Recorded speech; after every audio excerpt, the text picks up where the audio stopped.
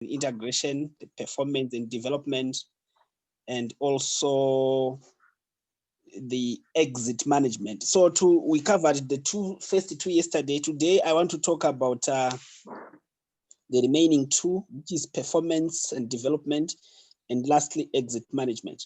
The reason why we recruit people is so that they perform.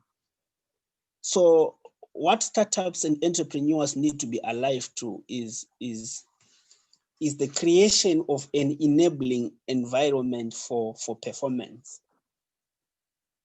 So it is imperative for every entrepreneur to be alive to the creation of what I can call an employment experience. People must not come to work to endure. They must come to work to enjoy. And obviously the questions that come on board are, how can I create, small as I am, as a little bakery, as a little tuck shop, how can I create an employment experience out of my circumstances? So issues to do with human relations obviously take center stage. You want an environment where familyhood subsist. You know, it's small things. Greeting in the morning is so fundamental. Asking somebody how their weekend was, it means a lot. Getting to know which team they support, you know, there is a formality that is disruptive, and it's important to ensure that we don't sophisticate things that are simple, simply because we are now called employers. We, above all, we are human beings. Even the person that you are calling an employee, before they are an employee, they are a human being. And once you master that part, I think it becomes the foundation of the creation of an employment experience. You don't want somebody to struggle. You don't want somebody to start having a headache on Sunday upon thinking. Hello?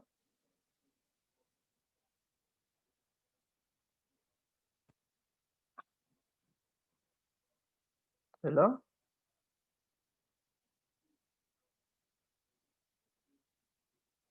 Hello, hello? Are you there? Hello? Hello? Yeah, I can hear you. I'm waiting for a request. Macmillan.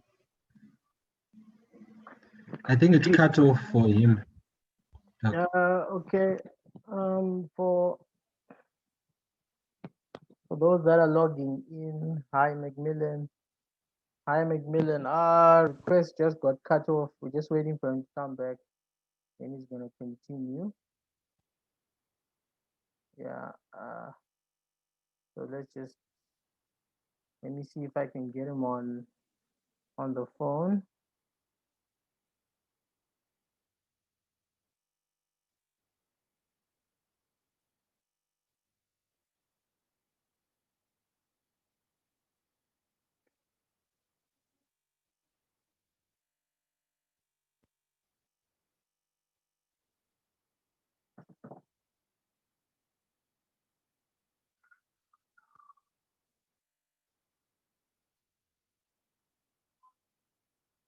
Hello, Macmillan.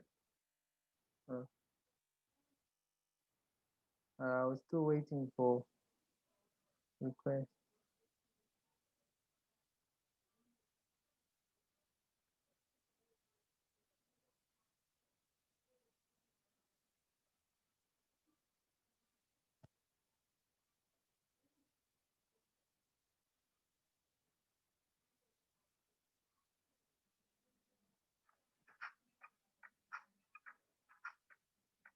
Phone.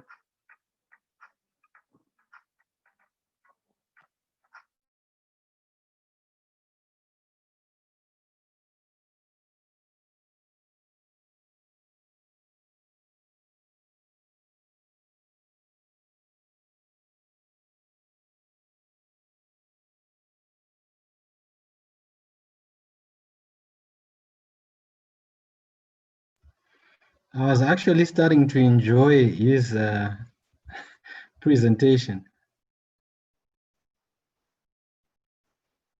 What happened? his network. Tell one. or network issues? Yeah, so I'm trying to get him back on. Okay, that's fine. This is part 2. One.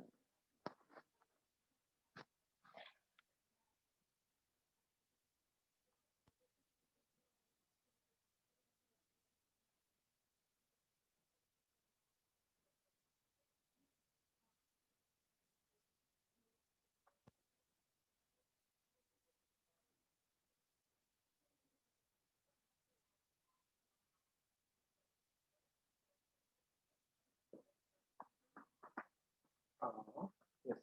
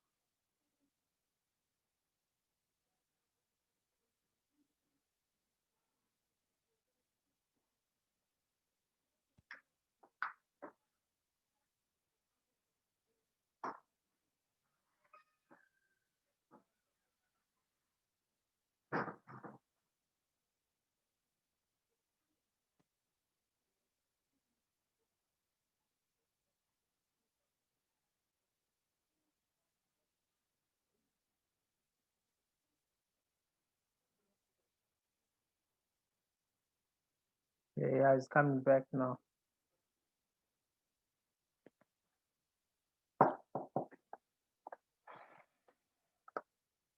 Hello? Hi, Simba. Well, sorry, I had been cut off. Okay, no, I understand. What is Okay. it? Tell one. Yes, it's still one. Okay. Maybe it's your area. I'm okay. Yeah, possibly. All right. Can I just continue? Go for it. Oh, yes. So I was saying, as far as the performance trust is concerned, the fundamental issues are that there's a need to create role clarity, to create a shared meeting of minds as far as performance expectations are concerned. And I'd say there is no organization that is too small to be exempted from strategic planning. There is no organization that is too small to be exempted from setting up and reviewing their performance in line with their targets.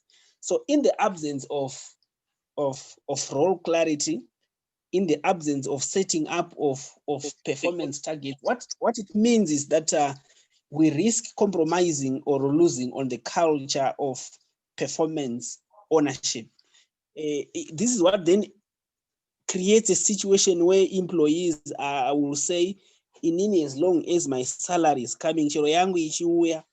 And you know what, as long as ichiuya and we are not having conversations around, structured conversations around performance issues, we obviously will not be able to sustain excellence or to become organizations that are built to last. And when targets have been set, it's prudent to celebrate excellence, to celebrate milestones. So your driver must know you are happy with their fuel consumption. Your till operator must know that you are happy with their stock management, with their custodian cash resources. That is what sustains excellence in performance. The same reason why if you go to sport, they will tell you that we've got a soccer stars calendar. It's not like they love soccer stars, but they're trying to incentivize performance and superior performance. And you don't incentivize performance without firstly recognizing it, without firstly setting criteria for what to celebrate. So if I'm to give a soccer example, they will tell you that as long as you've got more than 12 yellow cards, I think 6 yellow cards and more than 2 red cards, you can never be found on the soccer stars calendar. And this then amplifies what we spoke about yesterday, to say when we recruit, we must be guided by 2 fundamentals. We must look for technical performance, and equally we must look at character and behavior. And the same must then subsist as far as performance management is concerned. You want to ensure that those people that are meeting targets are also aligned as far as corporate culture and behaviors, key behaviors are concerned. That is what will sustain excellence in performance. So, like I highlighted yesterday, you want to manage your HR function, people function in a structured, in a deliberate manner, in an intentional manner. And how to do that? You want to drive it from a policy perspective. Because in the absence of policy, it means you are called upon every day to make decisions. And who knows, one day you may not make decisions that are consistent. And before you know it, you possibly may begin to create a compromised industrial relations climate with allegations of favoritism, discrimination, etc., etc. This is avoidable. When you put policy, you are standardizing your approach to business. So it is very possible to have a highly performing small organization, SME, that is policy driven, that is predictable. And I think that is one of the things that are missing in the people function in startups. Okay, just 2 things. First, to everyone in attendance, if you have a question, you can type in the chat, or do you mind if they just, I don't know, just interject? Are you fine with that? I think, since considering our number, I don't mind even if they interject. Okay, so you can interject if you have a question. My question was, I understand what you're saying about putting in a policy so that your employees can work within a framework. What happens with a startup? Because what you find in these startup environments, one person is fulfilling many different roles. So they end up doing 6 or 7 things, and it's 10%, 10%, 20%, 30%, which adds up to 100, as opposed to the initial 1 or 2 roles that they were set to do and give 100%. Now they're dividing themselves over the 6 roles. How do you then rate those people? Okay, the first thing is the definition of performance expectations. And expectations are contextual. The expectations of a finance manager in an SME and a finance manager in a blue chip may be very different. You may find in an SME, the finance manager is also doing payroll, they are doing possibly procurement as well. And so what is important is to outline the expectations. When you grow, you obviously streamline operations and become, and possibly maybe spread out in terms of responsibilities when you grow. So you are measured on the, I think, okay, we must set expectations that align with our context. And it's not unusual. But what we then need to do if you are to operationalize a performance management system is to then say, each key performance indicator, you need to allocate a weight. To say, for example, how much weight am I allocating to payroll processing, as an example? vis-a-vis production of final accounts, vis-a-vis compliant issues, tax and stuff like that. When you allocate weightings to your key performance indicators, it also begins to speak to your employee as far as what are priority issues and what to focus more on is concerned. So it is possible, regardless of size, to make sure that whether you've got 2, 3, 7, or whatever number of employees, you can still set targets that are contextually aligned. Now, let me address the last pillar of the people function, which is exit or terminations.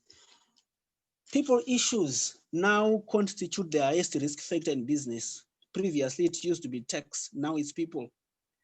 We've got so many risks that are associated with how terminations are managed.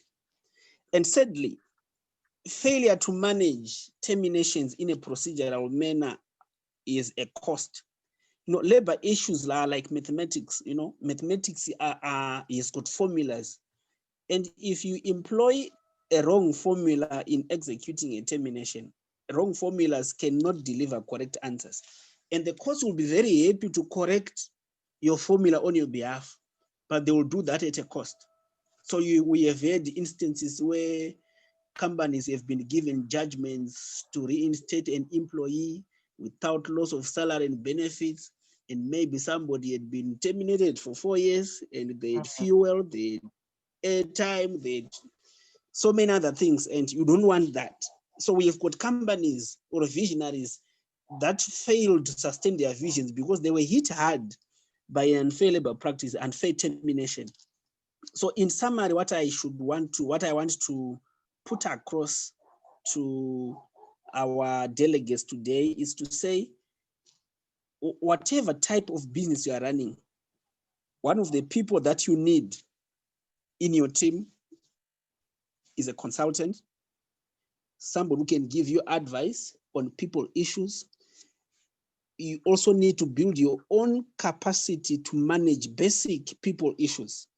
So we are not going to discuss the Labor Act in this session in the last 5 minutes, but I want I want entrepreneurs to know that we manage people in a formularized manner, and the formula is found in the Labor Act. You must know the types of contracts that are available, how to terminate them, the scenarios for termination. And once that is in place, you are sure not to experience financial hemorrhage as a result of unfair terminations as ruled by the courts. I think for today, Simba, this was just to provoke our minds. I'm sure in future we'll have more conversations where we address other topics. Definitely. Yes, I'll leave. Okay. I don't know if anyone has a question. Any questions? Okay, let me ask. What resources would you say that entrepreneurs or startup founders should read if they want to know a bit more about how they can hire effectively, and so they can just get deeper in terms of motivating their staff? What resources would you advise? Would you suggest? Okay, for compliance purposes, they would need to have a copy of the Labor Act, Chapter 28.01, Labor Act, Chapter 28.01. And depending on a particular industry that they fall under, they would then need to appraise themselves of their industry regulations. And the industry regulations are known as collective bargaining agreements. So you may find different industries have got different regulations: banking, commercial, security, etc., etc. So that will give you a formula for compliance on people issues. Okay.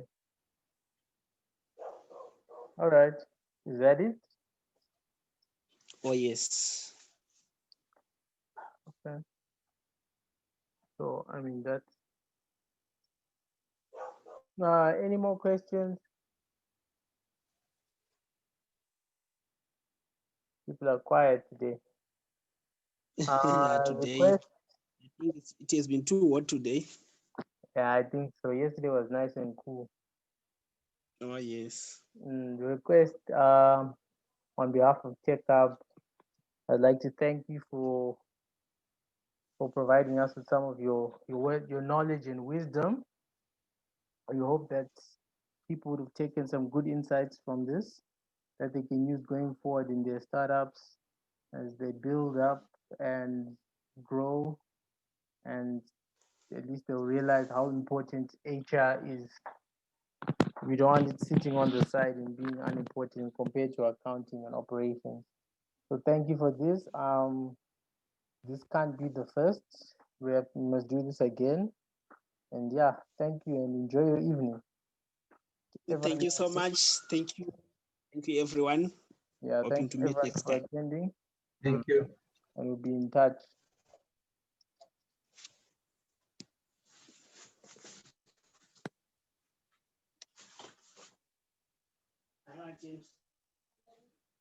James.